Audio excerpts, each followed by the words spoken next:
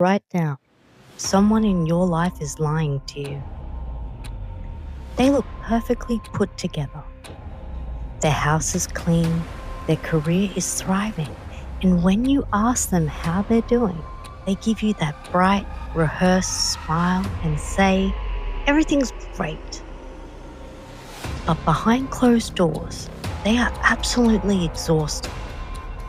They feel like a fraud. They are terrified that if they drop the act for even a second, their entire world will come crashing down. This isn't just a modern social media problem. 250 years ago, a man walked into the most glamorous salon in Paris. He was a brilliant philosopher, a celebrated genius, and a favorite of high society. Everyone envied him. But he was hiding a secret so dark and a sense of shame so deep that it drove him to flee the city entirely. His name was Jean-Jacques Rousseau, and his desperate attempt to escape the expectations of everyone around him is about to reveal a radical truth about why you feel so disconnected from your own life. But here is where the story takes a sharp turn. Welcome to Stories That Change Your Life, where philosophy, psychology, and history become practical wisdom for modern life. Let's dive in. Can I tell you a crazy thing I learned this week? We treat the desire to fit in like it's a personality trait. We look at our carefully curated Instagram feed or the way we change our behavior depending on which group of friends we're with, and we think it's just human nature to want to look good. But in the 1700s, during a period called the Enlightenment, Rousseau looked around the glittering high society of Paris and realized something truly terrifying. He argued that modern civilization had turned us all into literal actors. He noticed that people no longer lived inside themselves. Instead, they lived entirely in the opinions of others. He wasn't born into wealth. He grew up poor, a wanderer, who worked odd jobs across Europe before finally making it big in Paris as a composer and writer. He won a prestigious essay contest by arguing something that shocked everyone. He said that progress, science, and the arts hadn't made humanity better. They had made us worse. He claimed that they had buried our natural, honest selves under a mountain of artificial manners, politeness, and competition. The more civilized we became, the more fake we became. Nobody tells you this part, but Rousseau was the ultimate hypocrite on paper. He wrote a massive, groundbreaking book on education and how to raise children to be free, authentic human beings. But in his personal life, he had 5 children with his lover, and he abandoned every single one of them at a local orphanage right after they were born. It is a deeply dark, uncomfortable truth about a man who preached virtue to the world. He was so consumed by anxiety, poverty, and the fear of judgment that he made choices that haunted him for the rest of his days. But here's where everything changes. Instead of taking his dark secrets to the grave, he did something that absolutely no one in the 18th century did.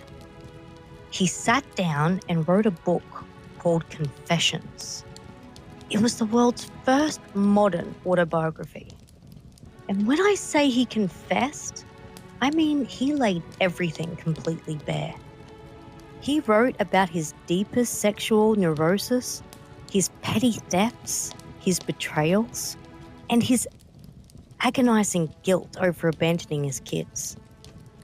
He basically took his deepest, ugliest flaws, put them under a giant spotlight, and handed them to the public. Think about the sheer madness of that. In a world obsessed with reputation, status, and wearing the perfect mask, he decided to destroy his own image. Why? Because he realized that the weight of pretending to be perfect was a form of psychological slavery. He was suffocating in Paris. He felt that the city was a giant stage where everyone was playing a character, and he just couldn't play the part anymore.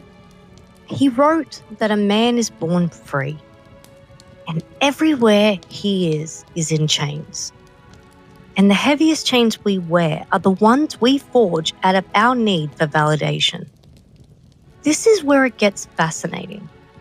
He developed a philosophical distinction between two types of self-love. The first is what he called amour de soi, which is a healthy, natural self-love. It's simply instinct to preserve your life, to take care of your body, and to be at peace with yourself. The second type was called amour propre, which is an artificial, toxic form of self-love based entirely on comparison. It's the voice in your head that says, I'm only successful if I make more money than my neighbor, or I'm only beautiful if people look at me with envy. The plot twist is that he realized amour propre is the bottomless pit. Once you start living for the gaze of others, you can never stop. You become dependent on a steady diet of praise and attention just to feel alive. He watched the elite spend fortune on clothes they didn't need, smile at people they secretly hated, and suppress their true feelings just to maintain their social standing. He saw that they traded their actual existence for a phantom image of themselves that lived in other people's minds. If you're enjoying seeing the raw human side of philosophy like this, I'd love you to hit that like button. It really helps these videos find their way to other people who are tired of playing a part and are looking for a bit more authentic way to live. So, he did the unthinkable. He walked away from Paris. He packed up his things, rejected the fancy invitations, and moved to a small cottage in the countryside. He started living a simple life, walking through the woods, collecting plants, and writing down his thoughts. High society thought he had lost his mind. They mocked him. His former friends turned against him, and eventually, his books were banned and burned by the authorities. He spent the last years of his life in exile, paranoid and lonely. But he maintained one fierce, stubborn conviction. He was finally himself. Here is the strange part about his final writings. A book called Reveries of a Solitary Walker. He describes the absolute bliss of just floating in a boat on a lake, listening to the water, completely free from the demands of society. He realized that true happiness doesn't come from achieving a high status or being praised by a crowd or proving your worth to the world. True happiness is the simple, pure feeling of your own existence. It's what happens when you finally stop performing and just allow yourself to be. This brings us right back to your life right now. Let's look at this through the lens of the Zenith core theory. How much of your daily anxiety comes from a modern form of this concept? We live in an era of hyper-comparison. Every time you open your phone, you're bombarded with the highlight reels of thousands of strangers. You see their perfect vacations, their spotless kitchens, their ideal relationships, and their career milestones. And without even realizing it, your brain starts building a mask. You start filtering your life to match the standard. Think about how this shows up in your relationships or your work. How many times have you said yes to something when every fiber of your being wanted to say no, just because you didn't want to disappoint someone? How many times have you hidden your true struggles, your sadness, or your financial worries because you were ashamed of not looking successful? We are exhausting ourselves trying to maintain an illusion. We are so busy managing the brand of me that we've forgotten how to actually be human. Rousseau's message to you is a radical call to drop that mask. It's a reminder that authenticity isn't a luxury. It's a requirement of mental well-being. When you live entirely for the approval of others, you are outsourcing your happiness to a crowd that doesn't actually care about you. You are sacrificing your real, messy, beautiful life for a fictional character.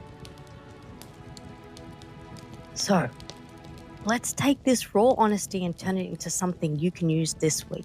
And I want you to try these 3 actionable steps to reclaim your authentic self.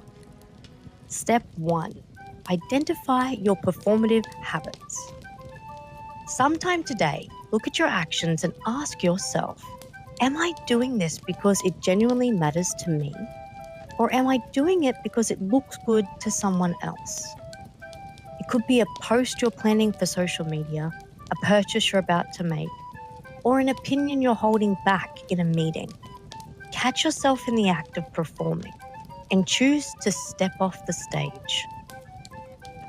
Step 2, practice intentional vulnerability. Find one trusted person in your life this week, a partner, a close friend, a family member, and tell them something real that you've been hiding behind your "I'm great" mask. Share a fear, a mistake you made, or a struggle you're currently facing. Remind yourself that true connection doesn't happen when people admire your perfection. It happens when they see your humanity. And the final step this week, take a solitary walk without an anchor. Go outside for 20 minutes without headphones, no podcast, no music, no tracking your steps or fitness app. Just walk. Let your mind wander. Look at the trees and feel the ground beneath your feet. Practice feeling the pure sensation of your own existence, independent of your achievements, your labels, your social status. When Rousseau died, he left behind a legacy that completely shifted human history, sparking a romantic movement that celebrated emotion, nature, and individual freedom. He showed us that the most courageous thing you could ever do in the world is consistently trying to make you look perfect, is to accept your own beautifully flawed reality. You don't owe the world a flawless performance. You do not need to be polished, edited version of yourself to be worthy of love and respect. Take a breath. Let the act go. And remember that your life is meant to be lived, not staged. If today's story helped you feel a little less alone in the struggle to be real, and you want to keep discovering how history's deepest minds can help us navigate modern life, I'd love to have you back. Subscribe, take care of yourselves, and protect your peace. And I'll see you right here next fortnight for another story that might change your life.